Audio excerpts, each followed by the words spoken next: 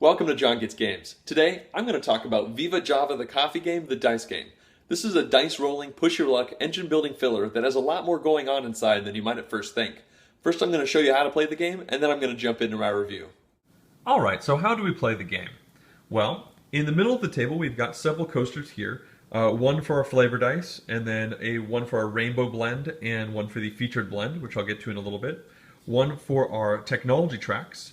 And then finally, we have a player sheet that's in front of us. It's a piece of paper here. This is used to track our prestige points, which are kind of victory points along the top, going to 21. The first one to 21 points wins immediately. It also tracks our 5 different colored science tracks. Alright, so how do we play the game? Well, we're going to take the dice on your turn, and you're going to roll them. And then you are going to do something with that roll. At the beginning of the game, you don't have any abilities to use. You're not going to be re-rolling these dice or really anything. You're just going to, you roll them once, and now you get to do something. The first thing that you can do is you can decide to make a blend or not. So the simplest kind of blend is the rainbow blend, and you get this one if you have 5 dice of different colors in front of you. Obviously, I didn't get that, so let's just do a little bit of pretend here. There we go. Hey, look, I totally rolled a rainbow. So now I could take this rainbow, whether it was in the middle of the table or in front of another player. I bring it down in front of me, and whenever I make a blend, whether it's the rainbow or the featured blend, I'm going to immediately get a victory point. And you'll notice that I am actually writing on here with a pencil, and that's the way the game works. You have a pad of these different little sheets, so you're going to be writing on here to fill in your points. And now I have this, and that's my turn. I made my decision, I'm making a blend, my turn is over. I give these dice to the next player and they take their turn. The other type of blend that we could do is the featured blend. And the way the featured blend works is if it's in the middle of the table, then you can pretty much take it with whatever. But if it is in front of another player, like over here, for instance, and let's pretend like these dice are on there, then this blend is only as strong as the most die of the most powerful color. So in this case we have 2 brown, so that beats out all these singles. So this is 2 brown strong. And so in order to beat that, I would need to have 2 red or 2 green or 2 black. I didn't talk about black yet. Black is better than all the rest of these. Or 3 of any kind. So if I look down here, I actually have 3 brown. So this would win. In this case, I could take this off, take the featured blend coaster, put it in front of me, put these dice on it, and now my turn is over, and mine is 3 brown strong. And remember, I would immediately score a victory point for doing that. Now the cool thing about blends, for both the featured blend and the rainbow, is when it comes back around and it's your turn again, and you still have the blend in front of you, you're going to automatically get a certain number of points. With the rainbow, you're going to get 1 point in a 2 to 3 player game, and 2 points in a 4 player game. And in the featured blend, you get way more. So in the 2-player game, you get 2 points for it. And 3 and 4-player game, you're going to get 3 victory points. And remember, 21 wins, so 3 is a pretty big deal. You fill in your 3 with the featured blend, and then you take one of the dice and you bring it down. You degrade your blend. The public isn't as interested in this brand of coffee anymore. And now you decide, do I want to pass my turn, the rest of my turn, and leave this in front of me, and then other people take their turn, essentially betting that this will still be in front of me at the beginning of my next turn to get those 3 victory points again? Or do I want to cut my losses and take the die and roll them and take a standard turn? Notice I didn't roll this one right here. Every die that you degrade, you don't roll when you eventually stop. So if this had gone around the table twice, then I would have degraded 2 dice, and now I would only be rolling 3 die on my turn where I decided I was done with the featured blend. Interesting thing about the rainbow blend is that you can take your regular turn rolling dice with this in front of you. So the rainbow blend gets you less points, but you get to roll your die. You don't have to pass your whole turn in order to keep it in front of you, generating points. So let's talk about the other thing that we can do on our turn besides blending, and that is research. So we take the die, we roll them up, and now let's talk about research options. So when you want to research, you split the die up into the different colors, and then you simply fill in the correct number of beans according to that number of the dice that we rolled. And we choose one of these. So I could fill in 1 green, or 1 red, or 1 yellow, or 2 white. And in this case, I would definitely take 2 white. And that's because if we look at our little track here, we see that the second level here is associated with this little 1x. And what that means is, let's just fill this in real quick. I'm taking 1, 2 white, hooray. And now we look at our little science track here, and we see that white says reroll. What this means now is 1 time a turn, because we're on the 1x level, we get a reroll now. So now we don't just have to roll the dice and deal with it. We can reroll any number of dice we want. If we were to get to the 2x level here, then guess what? We would get to reroll twice on a turn. And the same goes for every single other technology, and they're correlated with the specific abilities on the technology disc that you are using in this game. Another part of researching is if we had happened to roll a couple black beans on our dice, you may have noticed that there are only 5 different rows for researching, and obviously there is no black ability that's on this light coaster here. And that's because when you do research for black, you go over here and you look at these flavor dice, and you take flavor dice equal to the number of black beans that you rolled. And these go in front of you, and on your following turn, you are going to roll these along with your other, well, however many dice you roll based on how the game is going. So in this case, on my next turn, I would roll all 7 of these dice. And these would go away. They're one-time use, but they're really quite powerful. They've even got a wild side. Another thing I want to note is that we have these little discs here. They are multi-use. They have all sorts of different things you can do with them. Some of the abilities let you put them on other player sheets or on this wheel here. I'm not going to go into the details of those, but lots of different abilities affect these, and you only ever get 3 of them.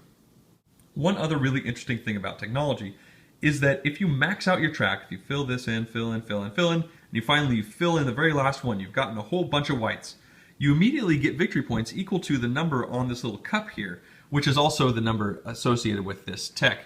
So you immediately fill those in, and then you put a big old scratchy mark through the whole thing, effectively nulling that out. And what that tells you and the rest of the players is you don't get to reroll anymore. You've cashed out that technology, and now you got those victory points, good for you, but you aren't rerolling anymore. Or whichever technology that you finish, you no longer have access to the technology itself. And we keep playing and increasing our technologies, stealing blends back and forth from each other until one person gets to 21 points. The last thing that I want to mention before I jump into my review is that this is the light coaster, the kind of tutorial coaster for the game. But over here we can see we have a second type of coaster. This is the house coaster. It's slightly more complicated, has much more interesting interactions going on there. But more importantly, if we flip this guy over, we have the wild coaster, and look at all these little discs over here. And it probably makes sense immediately that you could take one of these little cube discs randomly and put it on here. So we could take this, and we're like, oh cool, flip bean. So now the game that we're going to play with this, the yellow track here, is going to be associated with flipping a bean 1 or 2 times in your turn. And then you look at one of these starburst ones, which are research. We flip this over, and oh cool, extra research. What this one's going to let us do is when we research, say we research these 2 white die, we also get to research a single die that we didn't even choose. So you could do 2 white and a green. Well, that's cool. Now we have 2 coffee cups. We come over here and we say, ooh, sip the rainbow. Every time we score rainbow prestige points, we're going to get 1 more. That's great. And finally, let's see what we got here. Oh, pay for an action. This one actually lets you spend your victory points to activate another action on the wheel. Really interesting. So as you can see, you can play this game. You can play the game in a completely unique technology setup every single time you play, if you like. All right, now I'm going to jump over and talk about what I think about this game. I've played Vivajava, the coffee game, the dice game, 5 times now. But I've taught it a couple more times than that and spectated those games, so I think I've been involved in about 8 games of this so far. And I still really like it. I'm still really, really excited about this game. And so now I'm going to jump into the reasons why. First, I'm going to talk about the things I really like about it. Then I'm going to do some neutral points, and finally the one issue that I really have with the game. So let's jump into it. The things that I love. The first thing is the amount of decisions you have in a very small frame of time that you have to work with.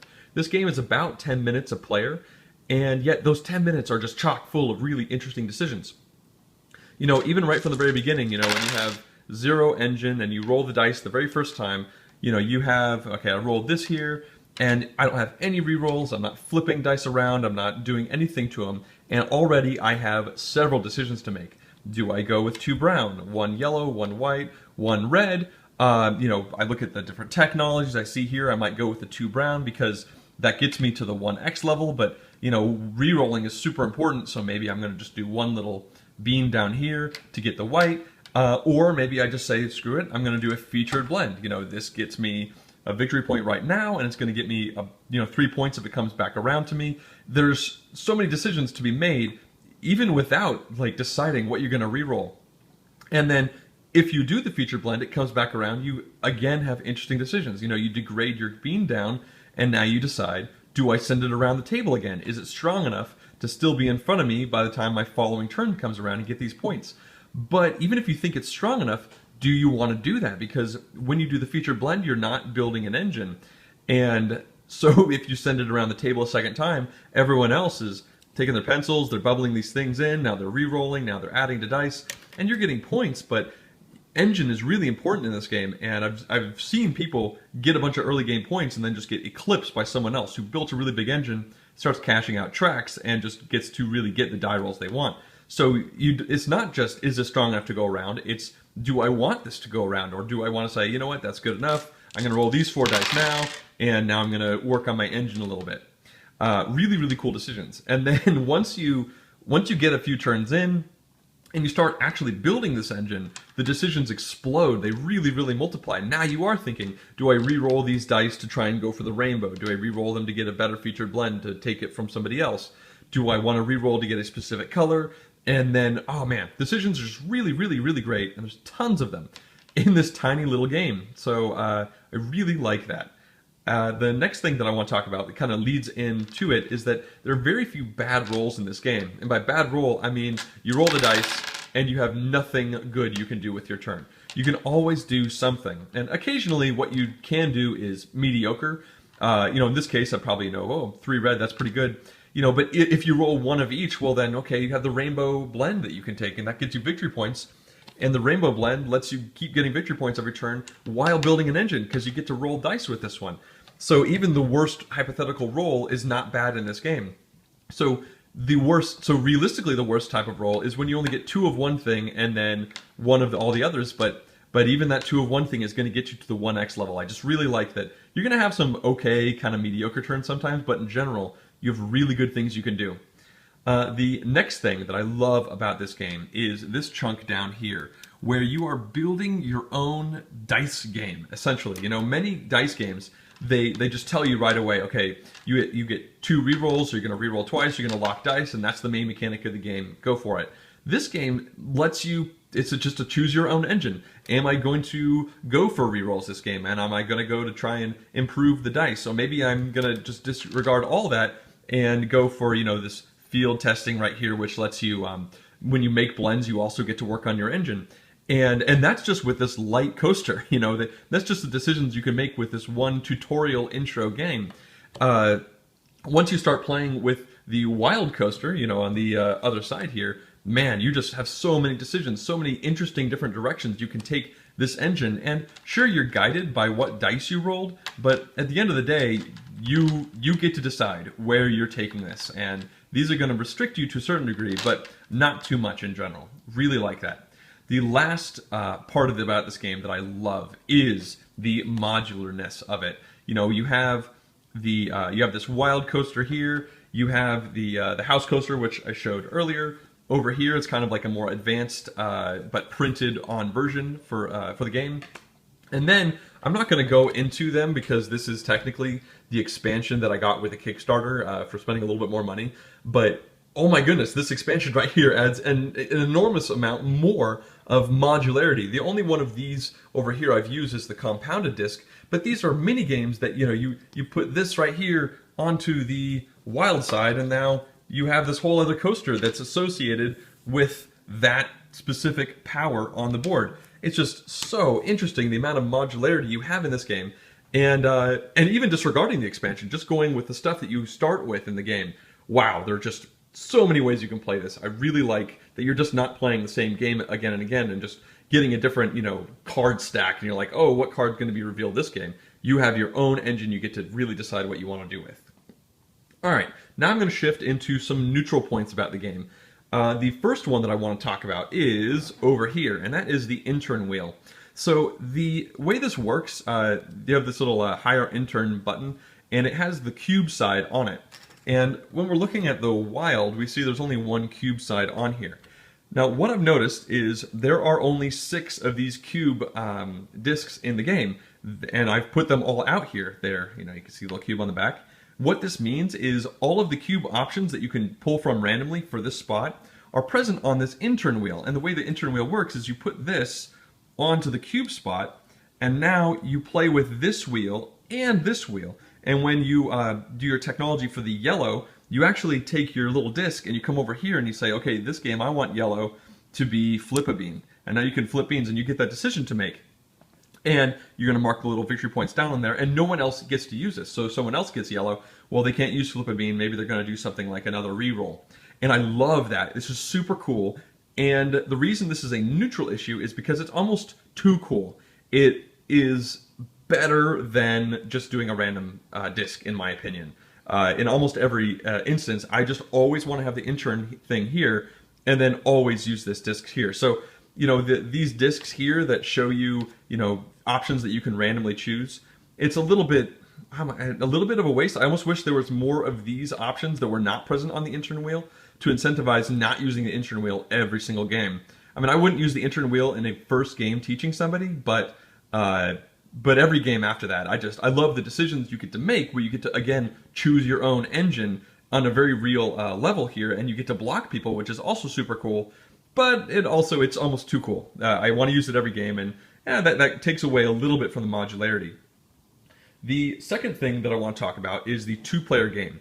I played several games of this with my girlfriend Jess, and we really have enjoyed the 2-player game, but it is pretty darn short. I mean, when I say this game plays 10 minutes a player, well, 2-player game is going to be about 20 minutes. We've found that it can be less than that, like 15 minutes even, and that's fine, for a filler, that's great, but it's almost like you have trouble getting into the meat of it, and we actually did something to get around that, sort of a house rule. We decided to stop playing with the rainbow coaster. We found that it was really, once one person got the rainbow coaster, it was much more likely in a 2-player game for that person to keep it, because there's only one other person who could potentially take it away from him. And the whole time you have the rainbow coaster, you're still rolling these dice and building this engine. And we found that whoever got the rainbow coaster early pretty much always won. So in order to combat the game ending too fast, we've stopped playing with the rainbow coaster, and it's definitely better for us in a 2-player game that way. But that's just kind of a house rule thing. It's not like a flaw in the design by any means. The next thing I want to mention, still 2-player, is we have right here the 6 different research options when you're pulling for this wild spot on the wild wheel. And we found that half of these research discs are really quite poor in a 2-player game. That's these over here, and that's because they do something to an opponent, and in a 2-player game you have no decision as to who that opponent is. You're going to be sharing that research with one person. That's not a decision you're going to be making. This one right here, you're going to get the research, or you're going to give it to an opponent. Well, it's going to be that one person across from you, and same with this one. So they work, they're not broken by any means, but the decisions that you get to make in this game are so tasty, and you almost don't want to lose that in the 2-player game with these, where part of the fun of this is, who do I give it to who's going to benefit from it the least? Well, in a 2-player game, it's going to be the person who's sitting across from you. So half of the options for this research spot we found have been pretty not that great for the 2-player game. Not the worst thing in the world, but just a little bit lackluster. So we found that, we only use these 3, and so our variety is a little bit less for that. The next thing that I want to talk about is the pad of paper that we've got here. Now, this is not bad. They give you, I think, 50 double-sided sheets for this game, which is great. But I don't know, it's just really weird for me to be writing on these components that have been given in the game. And they have a PDF online, so you can print out your own. But ultimately, I didn't like that very much. And my girlfriend went to the store and laminated 4 of them. And then we bought some wet erase markers. We've been using this ever since, and we really like this. It just seems a little bit better, and we're not using this pad of paper anymore. This just feels weird. It's not the worst thing in the world, but that's why it's a neutral issue. The last neutral issue that I want to talk about is this house coaster here. This coaster is super cool. I really like it, but don't play your first game with this coaster. We tried that, and we learned the hard way that there is just too much going on. The biggest issue is right here. We've got 2 different research abilities, and the way they interact is super interesting once you play this game once or twice. But we played this game with a couple people who had never played it before, and it dragged on so slowly with this house coaster because it was just, okay, I've researched over there, so when they research that thing, I get that. But then this other person is sharing the research, and so then these things just bounce around, and this person is showing off this person, which is showing off this person, so then you give this person something, they get it, and they get it, and they get it. It's really interesting from a decision-making standpoint, but don't play your first game with this. In fact, I pretty much state you really should play the first game with the light coaster. I'm getting kind of bored with the light coaster, and I keep teaching people, so that's a bit of a bummer, and that's why I tried the house coaster. Don't make my mistake. Don't go there. Just stick with the light coaster for the first game, and everything will be well. All right, now I want to shift into the third part of the review, the thing that I dislike about this game. I really could only find one thing, and I'll be honest, it's not that big of a deal, and that is Runaway Leader. I've found that there are a couple abilities over here that let you kind of do stuff to your opponent, but it's very minor. For the most part, you are doing multiplayer solitaire, except for, of course, the featured blend, where you can take the featured blend away from people. So sometimes, quite often, we found one person just kind of becomes dominant, and it becomes obvious by about 3/4 of the way through the game who's going to win. I've had really tight games where 2 people are at 20 points and one person wins at 21. But especially in the 2-player game, we also found that's part of the reason we got rid of the rainbow coaster from a 2-player game. It just, one person would just get ahead, and there'd be no way the other person could stop them. But on the other hand, this game is a filler. It's really, really quick. So having a runaway leader in a game that only lasts 20, 30 minutes, 40 at the max, is not that big of a deal. So that is really the only issue that I've come up with the game. And again, I haven't even played with these angry options in the expansion, but apparently they interact with your opponents much more, so maybe that'll help with the runaway leader. I'm looking forward to trying that stuff. I just haven't gotten there yet. Alright, well, I hope you've enjoyed this review. Please let me know if you have any questions or comments, and feel free to subscribe if you'd like to see more. Thanks!